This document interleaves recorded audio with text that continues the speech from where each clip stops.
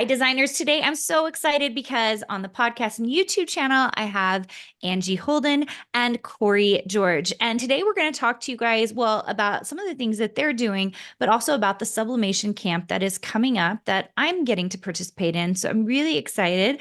Welcome, Angie and Cori. Thank Thank you you. so much for having us. Awesome. Okay, so where should we get started? Let's just first give them the deets on Sublimation Camp if you guys are interested in that. So, Angie, do you want to start us off on that? Sure. So if you are interested, this year it's actually Sublimation plus DTF camp. So if you're interested in sublimation crafting or DTF printing and crafting, we are covering both. And the camp is for beginners all the way up. So if you're a beginner to sublimation crafting, join us and learn all those beginner basics. If you are more advanced in sublimation crafting, we have classes for you as well. So it's 3 days, May 2nd through May 4th, 2024. And we do have a free pass. So if you just want to join us those 3 days, you can join us for free. If you want longer access, then you would need the all access pass, and that gets you access for a year, tons of bonuses, transcripts, all kinds of great things. So either way, free pass or all access pass, be sure to join us, watch those classes, and enter the giveaways. We have a ton of giveaways that you don't want to miss.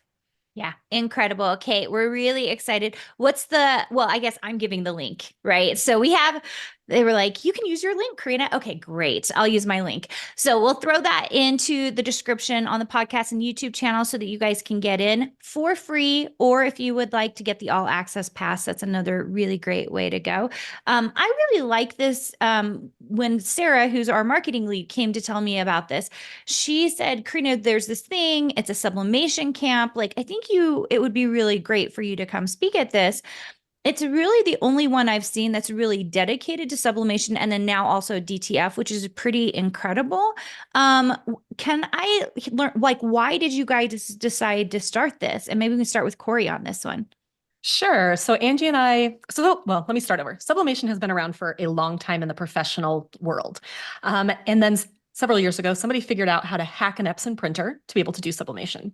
That was not us. But we both hacked our Epson printers, and we saw that people were sort of transitioning a lot from being a Cricut crafter to also adding sublimation because there's a lot of overlap in the things you need. You need a heat press, those sorts of things.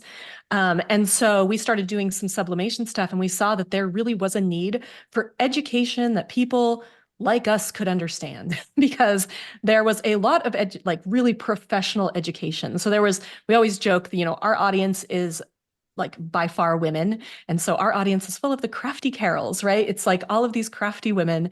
And the people who were teaching about sublimation were like Sublimation Steve, right? It was like a really professional dude, really dry, really boring, teaching you about sublimation. And so we decided, you know what, we need an event or some education around teaching the everyday crafter how to do sublimation on, just for making things for themselves or a small business, not necessarily buying a $10,000 sublimation printer for making mass quantities of things. And so a couple of years ago, we got together and we're like, hey, we should do this together. And so Sublimation Camp was born. Incredible. So tell me this. Are the ones that you're working with, do they have multiple types of machines? So I know that you guys are doing DTF now as well, but are they people who are really coming from Cricut, Silhouette, Brother Scan and Cuts and making the transition to sublimation? I feel like a wide range of our audience is doing just that. So they were Cricut crafters. They got a hold of some infusible ink at some point and were like, oh my gosh, these projects are amazing. How can I add my family photos to this? The answer is a sublimation printer. And so they're transitioning that way. I feel like a small portion of the audience probably is just like, what is this sublimation thing? I don't even have a Cricut machine and I just want to do it. But I feel like the bigger majority is like involved with Cricut crafting and wants to take that one step further with sublimation and all like those amazing crafts that you can make with your printer and a heat press. Okay, so for those of you who are listening who have never heard of sublimation before, we should maybe take this little moment to explain what the heck this thing is. Do one of you want to grab this? Sure. So sublimation is a printer craft. And sublimation ink is a specially formulated ink that allows you to transfer that ink from the sheet of paper that you printed on onto a surface. And so the sublimation ink, it's chemical process basically that when you heat it up really at really high temperatures, so usually around 400 degrees, it turns that ink into a gas, and then it basically dries on the shirt or whatever you're putting it on. There are two big caveats with sublimation, because you're probably like, that's the best craft I've ever heard of. All I need is a printer. There are two big caveats. The first caveat is that sublimation ink is transparent, so you can't put it on dark things. So if I put sublimation ink on this dark shirt, nothing would show up because it's transparent. So you need a light or white colored background for sublimation. The second big caveat is that you need a polyester or poly coating on your blank. And so you need a polyester t-shirt, you need a tumbler designed for sublimation, but there are so many blanks. I mean, it is ridiculous. The number of blanks that they are coming out with is just incredible. And so you kind of do have to work within some restrictions, but overall you have a heat press and you've got a printer and you can make some really cool stuff. So incredible. So I didn't really know about sublimation until a couple of years ago. We started teaching it within our own program in Design Suite because we were suddenly like, oh my gosh, there's this whole category of stuff that only requires PNG files. So like people could actually hand draw out or use their artwork and turn it into digital artwork that we could then put on t-shirts and tumblers and all of that stuff. And it was really a revelation to me because I came from the silhouette world, you know, I'm a designer for silhouette. And so that was really an interesting thing to me. What do you think what are the benefits of moving into sublimation? So sublimation itself, the biggest benefit for me is that it is very, very permanent. So Cori's talking about that chemical reaction. Once that chemical reaction happens, say with a polyester garment, that ink is actually embedded into the fibers of the shirt at that point. It becomes a part of the shirt. That means that the wearability factor, that shirt, that design on the shirt will last as long as the shirt lasts. Like the shirt will be falling apart and you'll still be like, that sublimation print looks amazing. So the fact that it becomes part of whatever you put it on is like the number one for me. And then the fact that like HTV sits on top, this does not. And it doesn't do that thing like HTV does where it cracks. It, starts peeling up after you throw it in the dryer. You can just have that sublimation shirt and just wear it, wash it, and you have zero issues. So it's like my number one top benefit for sublimation. Yeah, so cool. Okay, so let's make a transition a little bit to DTF. What made you decide to start talking about DTF? This is also something I've only learned about in the last year, and it requires a very expensive machine if you want to get into it. So do you guys want to delve into that?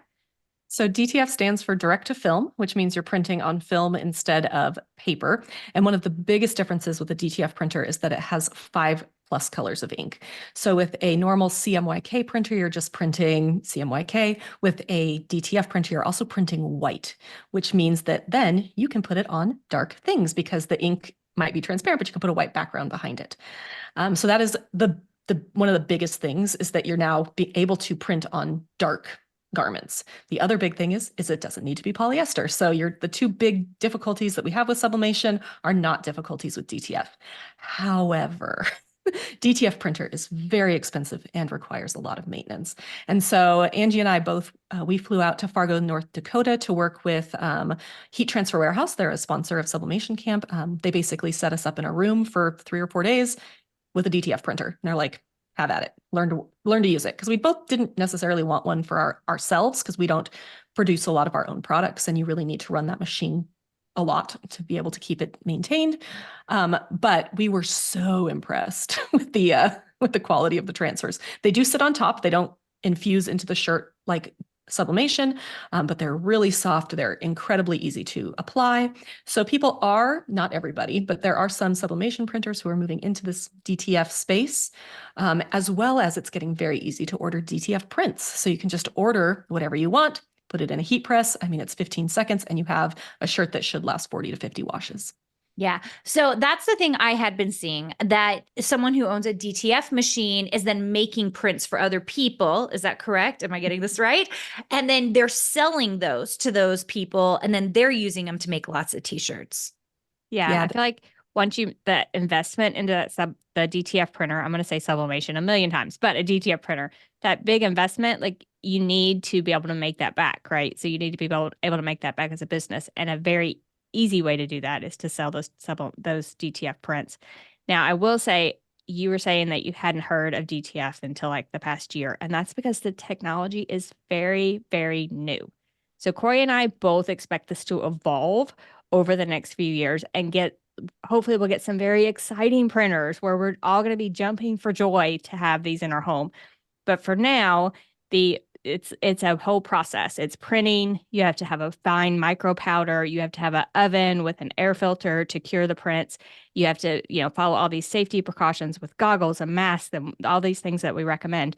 So for now, you have to be a very dedicated person to have a DTF printer in your home or your studio. But we are both hoping that this technology evolves like sublimation did and becomes more accessible for like the everyday crafter. Yeah.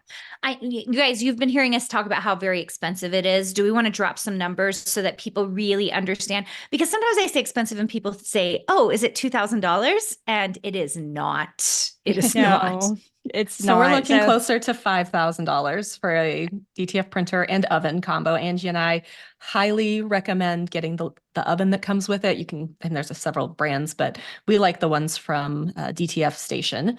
But there's a lot of safety concerns around DTF. And that is one thing that Angie and there are people who are hacking a sublimation printer to be a DTF printer and then just curing the designs on their heat press. And Angie and that's a hard no for us because we want respirator, we want, goggles, gloves, all of these things. And the oven has a charcoal filter. So it's also filtering out a lot of those things that can get through, masks and things. So really, if you want to do it right and you want to do it safely, you're looking $5,000 and up. Yeah. I think 5,000, I have to say 5,000 seems reasonable because the one I was looking at was $20,000. And I was like, what the heck is this for real? But so just know you can spend a lot of money on this. But I also think if you run it business smart, which you can run this very business smart, you can make your money back and then some to get where you need to go. Absolutely. Yeah, I definitely think people are making money with DTF printers, hands down. And the one Cori is talking about is a very entry level printer, but you could definitely get in the business for $5,000, I feel like. Yeah, so incredible. Cori, did you have anything to add to that? Nope. I just feel like, I feel like it's $5,000 and that is a lot of money. But if you want to buy a high-end laser, you're at $5,000. It's like, this is a higher end crafting machine. And so I do really hope though, it was described to us as like an iPhone 1 or 2, like we're really in the infancy, and so the people who are really dedicated are getting them and who really want to pour in the time. But because of that, they're basically investing in future products. And at some point we'll have an iPhone 15 worth of DTF printer and we'll all be able to use it. And it's going to be awesome. Yeah, so incredible. Thank you for pointing out that you can get white, which is incredible because that is one of the issues I have with the sublimation right now. So I have a sawgrass that Sarah gave me and, just trying to figure out the best materials to work on because I do like a good cotton and I do like a mix. And when I choose to use that, which you guys, I chose to use one in their conference. It's just a much more faded. And that might be a look you are going for. You see those faded t-shirts or faded totes. So if that's a look you're going for, it works great. But if you want something really, really bright, you really are stuck with polyester and blinks that make a lot of sense for sublimation. Any thoughts on this or how are people getting around these things? So I feel like because it's gaining in popularity, the shirts, the blanks and everything are getting better quality. So we're getting polyester shirts that feel like cotton. So I do think we're approaching that place where we're going to have a very great, so polyester t-shirt is horrible, right? It feels horrible. You can see through it. So we are getting those shirts that feel like cotton. They are not see-through and you can sublimate on them successfully with those bright, bold colors. So I do think the technology is catching up with where we need it to be to have the quality products we want for sublimating. Yeah, I think that Bella Canvas in particular, if you're looking for I don't remember what the breakdown is, but they have their new Eco Max tee. That's what it's called. I was going Eco Thin, but that's lasers. My brain is in too many places. So their new Eco Max tee from Bella Canvas is How much is it, Angie? Do you I remember? think it's 65% recycled polyester. Yeah, so I think it's 65% recycled polyester made from water bottles, and then the 35% cotton made from scraps of their other t-shirts. The shirt is 100% recycled, and it is so soft and so nice. And I honestly don't ever want to make another shirt again if it's not one of those. And it sublimates okay. It's a little faded compared to a 100% polyester because basically that ink has to bond with only the polyester fibers. So you're getting 65% of a 100% image, if that makes sense. But I do feel like I did a wash test, and overall I was like, it's faded a little bit, but it is significantly better than something like a 50-50 blend. Yeah, so incredible. And I do think you have to, you're making those choices every time you do this, right? You're like, okay, I really actually want to wear it. And if it's full polyester, I'm not going to maybe wear it, but I'm willing to take like something in the middle, which is, you know, the way it goes. Okay, I am so excited about this sublimation camp. You guys, like, we're going to put the link in the show notes for you for the podcast and in the YouTube channel, because I really want you guys to come join us for this. It's going to be incredible. And especially if you're very interested in DTF and you want to be an innovator, you know, some people like to be at the beginning of these things because it really does put you on the map in a way that's really interesting in business. So if you're wanting to do that, go check that out. I would love for our audience to know where they can come find you other than the camp. So if there's a place you guys want to send people, if you're like, oh, I really want to see what Angie's up to or what Cori's up to. Angie, do you want to get us started? Sure. So Instagram is a good handle for me, and that's Angie Holden Makes, or you can find me as Angie Holden on YouTube. And then for Cori and I together, it's the Crafting for Profit Live podcast. So you can find us there on all podcast platforms. And then I am Hey Let's Make Stuff on Instagram, and also Hey Let's Make Stuff for Cori George on YouTube. Incredible. You guys, thank you so much for joining us today. I hope you guys go check out their channels, their Instagram, and go check out their podcast and see what they're up to. It's going to be so good. And if you felt like you got I felt like there was like tons of actually in this very short amount of time, really great information. If you've ever wanted to get started in sublimation or DTF, I think the sublimation camp is going to be good for you. Now, if you are listening after sublimation camp has happened, and we are trying to put this out a couple of weeks before, but maybe you've stumbled onto this podcast a year after, I am sure that there's still more things going on. What's a link that people could go to if they just wanted to like find out about you guys? Is there a website that they could go to? Maybe, or maybe just to the podcast, because that would tell I'm you. like trying to think off the top of my head here, Karina.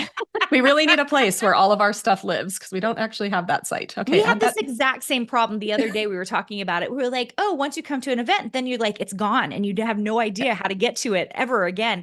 So we have talked about this, but I don't think there is one yet. So yeah. The podcast would be good. Let's send you guys to the podcast. Say the podcast name again.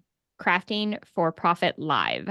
Okay. So craftingforprofitlive.com will get you there. Yes. Awesome. Yes. Incredible. Okay. So go there, you guys, check it out. And whatever their next event is, you can find there, which will be awesome so that you guys can get to know them, what they're up to. And we're just so grateful they came. Guys, everybody have an amazing day. We're so glad you came, and we'll see you soon.